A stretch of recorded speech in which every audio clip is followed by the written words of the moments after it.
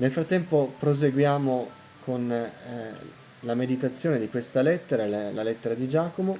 Siamo arrivati al capitolo 3 di Giacomo, questa breve ma densa di insegnamenti epistola.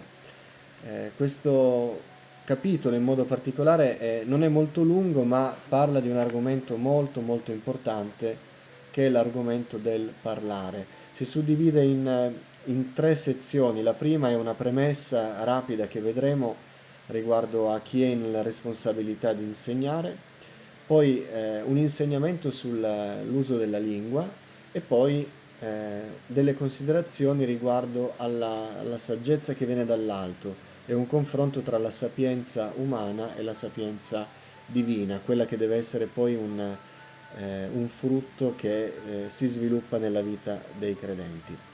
Dicevo, l'argomento è molto pratico, quello riguardo al parlare, è un argomento che non si esaurisce mai e lo spiega Giacomo stesso dicendo che in questo non impareremo mai e quindi abbiamo bisogno davvero della guida del Signore.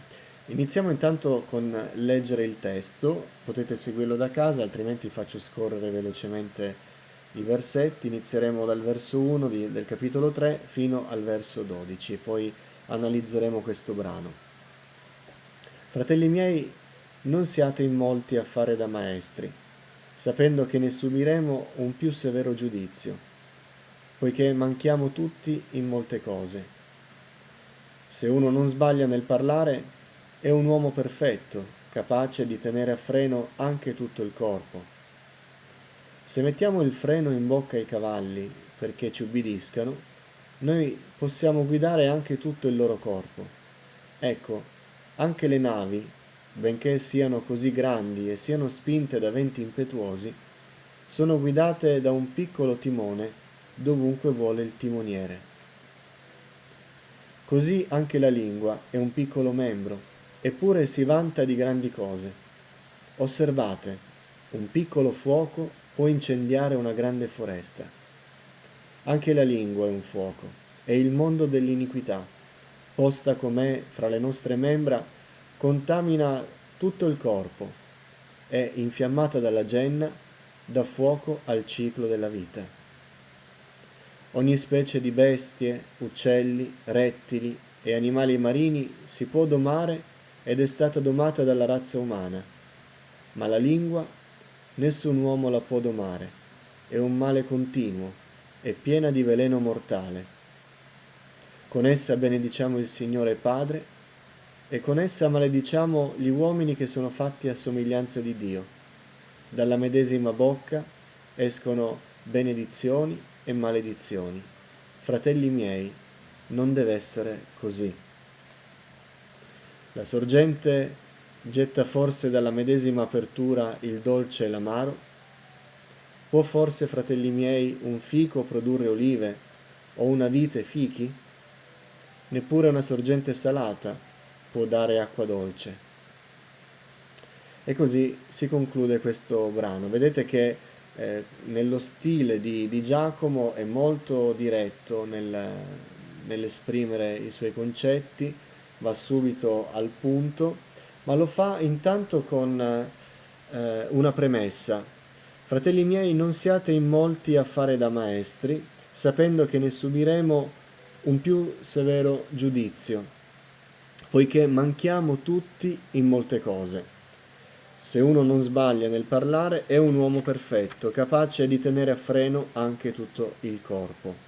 Ecco, fa subito questa premessa. Intanto dice, vi faccio sapere, fratelli miei, che chi è in responsabilità è anche sottoposto a un più severo giudizio se non insegna bene, se non parla bene, se non fa la volontà del Signore nell'incarico che gli è stato affidato. E quindi dice, stiamo attenti quindi perché chi ricopre la posizione di guida in qualche modo, di maestro, è una persona sottoposta a un giudizio severo. Quindi non desideriamo così facilmente di salire in cattedra, parlando, giudicando, consigliando, perché comunque facendo così è come se noi accettassimo di subire un più severo giudizio. Qui sta un po' sottointendendo Giacomo che ci sono alcuni che vorrebbero far sempre da maestro, ma poi non sono disponibili a subire il peso che il ruolo, la posizione di maestro ricopra. E quindi dice, teniamoci un po' nel nostro, rimaniamo un po' umili, consideriamo che non si tratta soltanto di essere in una posizione di vantaggio, di supremazia, ma si tratta di ricoprire un ruolo che subirà un giudizio molto serio da parte del Signore. Quindi questa è una premessa che però ispira un buon sentimento. Dice, manchiamo tutti in molte cose, quindi nessuno si aspetti che maestro o discepolo che sia ci si ritrovi nella perfezione. E quindi, mentre stiamo per parlare della lingua, dice, del parlare, Giacomo, vogliamo avere una buona disposizione, vogliamo avere un buon sentimento, un sentimento di comprensione. Forse prima ancora di parlare del ruolo della lingua, è bene che ognuno abbia una buona disposizione d'animo. Tante volte siamo implacabili quando qualcuno sbaglia nel parlare. E poi siamo forse più indulgenti nei nostri confronti, ammettiamo forse anche di sbagliare, però lo ammettiamo in un modo morbido, come dire, ma sì, tutto sommato cerco di cavarmela, ma quando qualcuno sbaglia nei nostri confronti siamo veramente implacabili. Allora Giacomo dice, prima di parlare della lingua, vogliamo avere nel nostro cuore un buon sentimento, perché tanto di questo argomento tutti ci scopriremo mancanti, quindi vogliamo assecondare il perdono, vogliamo essere disponibili a comprendere se uno sbaglia nel parlare, vogliamo comprenderlo e perdonarlo, perché altrimenti non ne usciamo, perché di questo problema che stiamo per introdurre siamo tutti colpevoli. E appunto introduci dicendo, se uno non sbaglia nel parlare è un uomo perfetto, capace di tenere a freno anche tutto il corpo. E qui sta facendo un'iperbole l'Apostolo, sta dicendo quasi come un po' riferendosi, se volete, c'è il collegamento a quando Gesù davanti all'adultera disse, chi è senza peccato scagli per primo la pietra contro questa donna.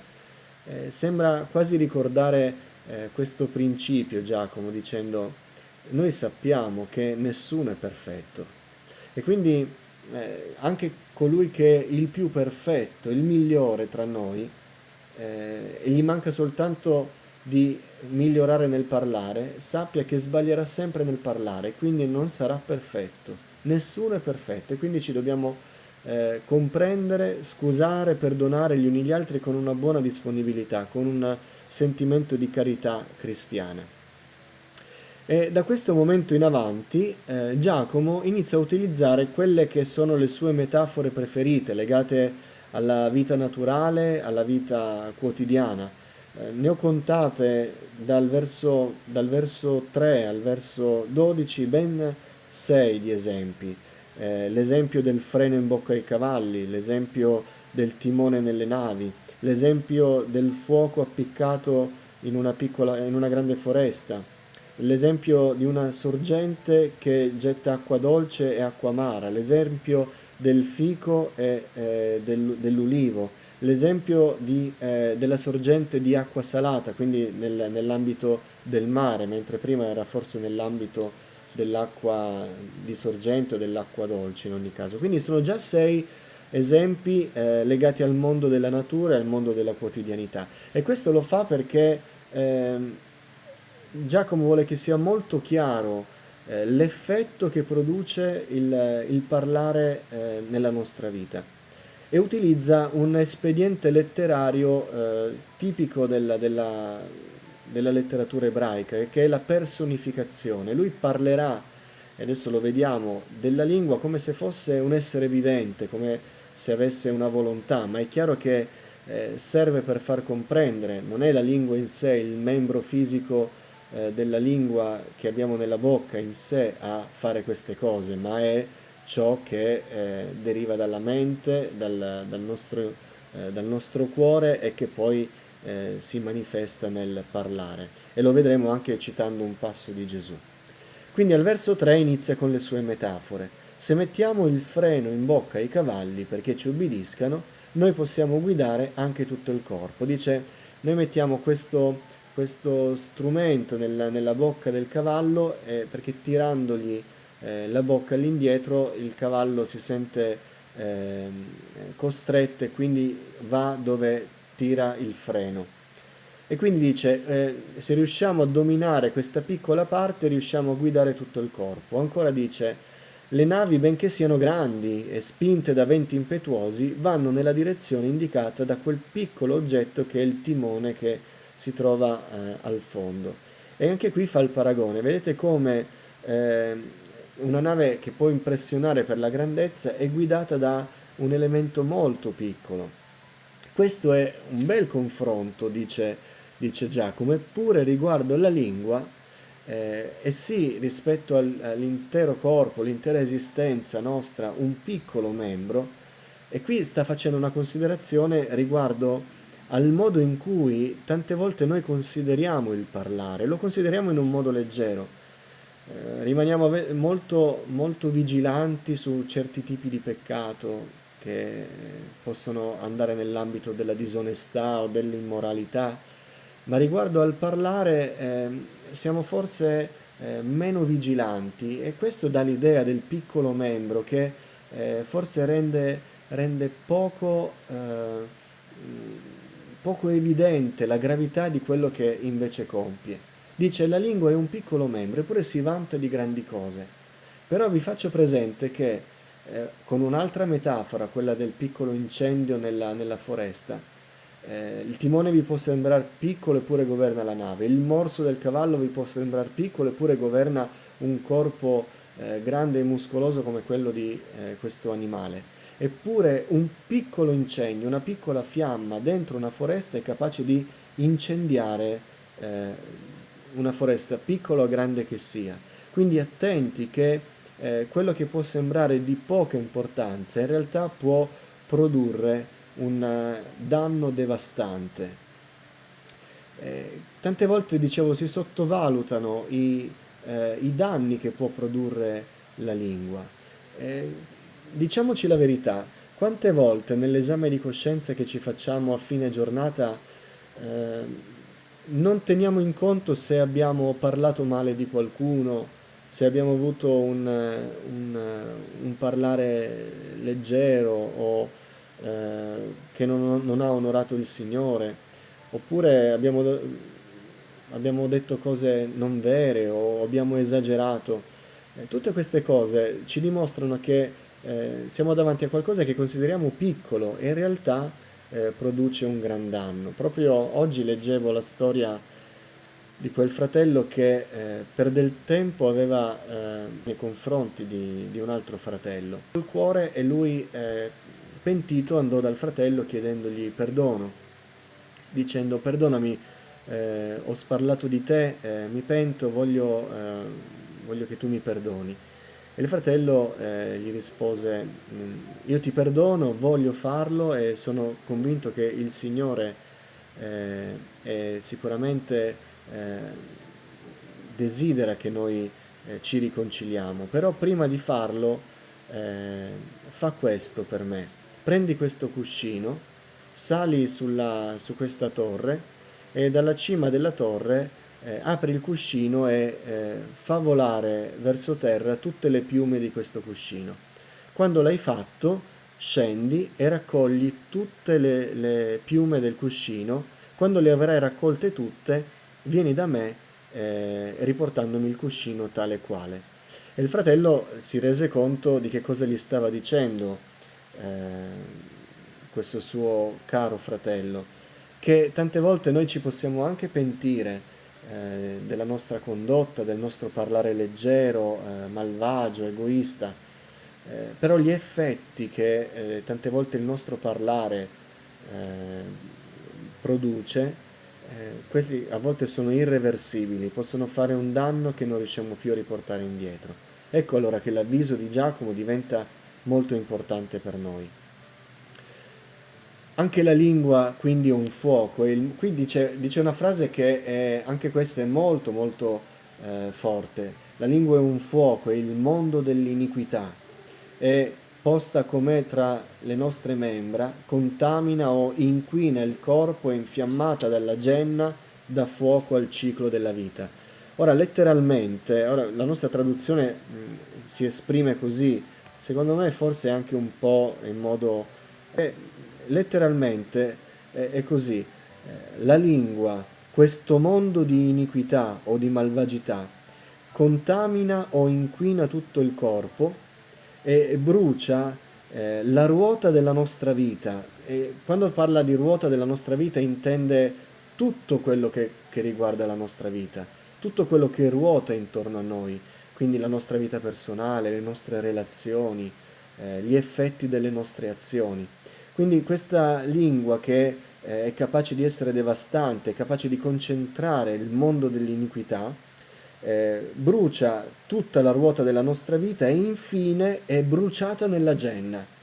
Sta dicendo Giacomo, se produce questi cattivi frutti, eh, sappiate che produrrà alla fine quello che produce il peccato, quindi la genna, anche qui un riferimento ebraico, questo luogo, la discarica di Gerusalemme dove venivano bruciati i rifiuti, ed era sempre un continuo fuoco che bruciava e che Gesù spesso usò per intendere le pene dell'inferno. Ecco, Giacomo dice, guardate che i frutti che produce un parlare cattivo, un parlare egoista, un parlare menzognero, ci porteranno alla genna, insomma. Ogni specie di bestie, uccelli, rettili, animali marini si può domare ed è stata domata dalla razza umana, ma la lingua nessun uomo la può domare, è un male continuo, è pieno di veleno mortale. E questo per far capire eh, quanto danno può procurare. Ora, detto così, uno si potrebbe anche scoraggiare perché dice è veramente devastante, è meglio che io stia zitto. In realtà Giacomo dice no, noi dobbiamo parlare a tempo debito. Vi ricordo che per esempio il consiglio di John Wesley continua a essere utile per noi. Se noi vogliamo decidere quando parlare, dobbiamo sempre farci queste tre domande. La prima è: quello che sto per dire è vero? La seconda domanda è: se quello che sto per dire è vero, è il tempo opportuno per dirlo? E se quello che io dico è vero ed è il tempo opportuno per dirlo, posso dirlo con un buon sentimento, posso dirlo con gentilezza?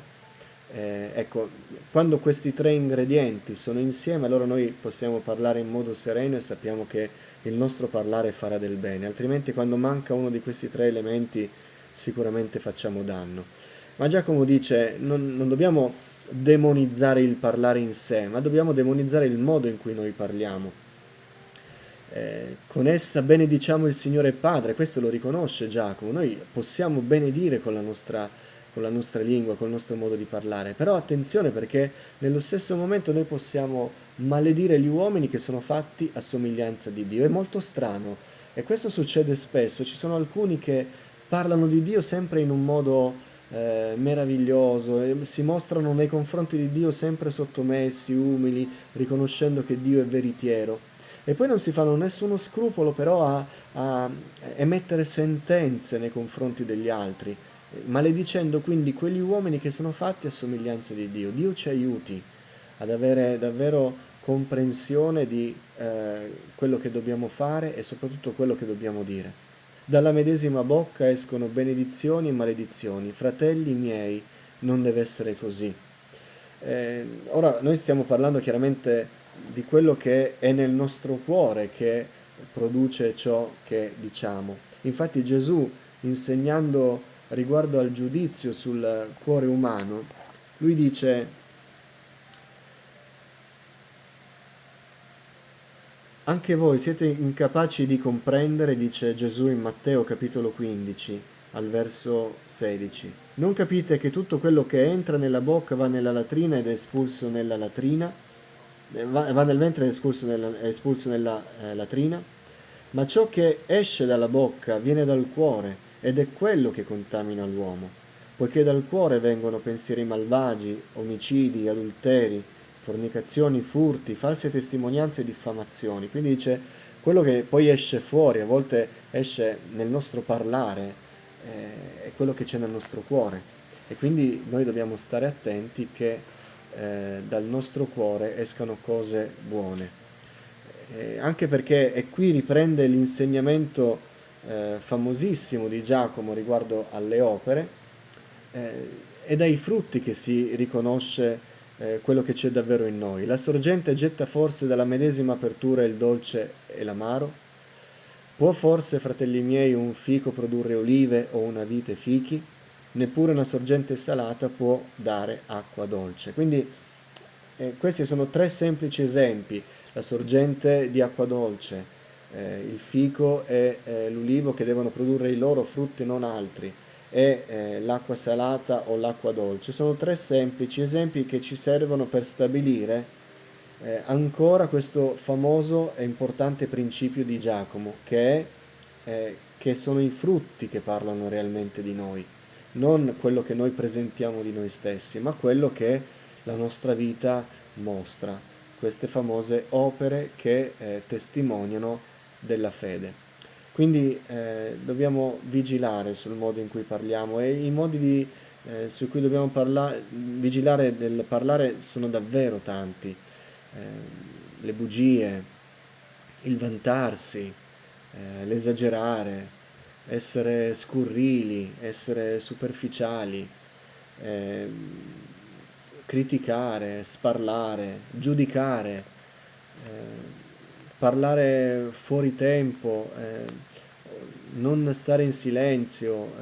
Ci sono tanti modi legati alla lingua che noi dobbiamo valutare. Dio ci aiuti, perché questo strumento può essere lo strumento potente con il quale il Signore può far arrivare un messaggio di speranza, oppure può essere uno strumento devastante capace di ferire. Dio ci aiuti, soprattutto con la consapevolezza, dopo aver letto questo brano, di quanto male può fare il parlare a sproposito, il parlare egoisticamente, il parlare malvagiamente. Non vogliamo dire, beh, io non riesco a tenermele, io sono fatto così. No, proprio perché sappiamo il danno che possiamo fare, vogliamo chiedere al Signore che ci aiuti a usare questo strumento alla sua gloria e per onorare Lui in ogni cosa.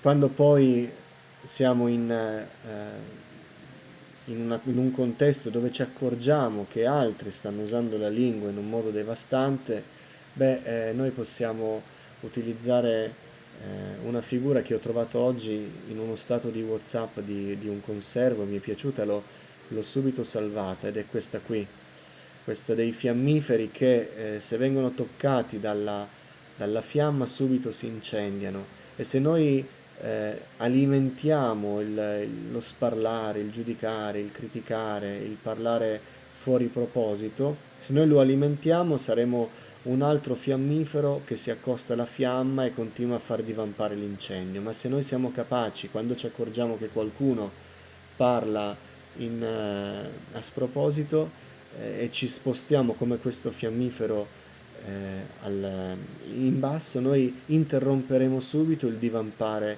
del fuoco, e così faremo in modo che non ci sia un incendio nella foresta, ma piuttosto lo spegneremo. Bene, concludiamo così questa sera. L'argomento è sicuramente oggetto di meditazione per me in modo particolare, per tutti noi. Vogliamo fare la volontà del Signore, vogliamo chiedere a Dio che ci aiuti a onorarlo anche nel nostro parlare. Ogni parola buona, se è detta per il bene, se è detta con un buon sentimento, diciamola, fratelli, perché sicuramente farà del bene. Diversamente chiediamo a Dio che lo Spirito Santo ci riempia in modo tale da essere davvero vigili nel comprendere quando questo piccolo membro deve essere governato per il bene e non per il male. Il Signore ci benedica.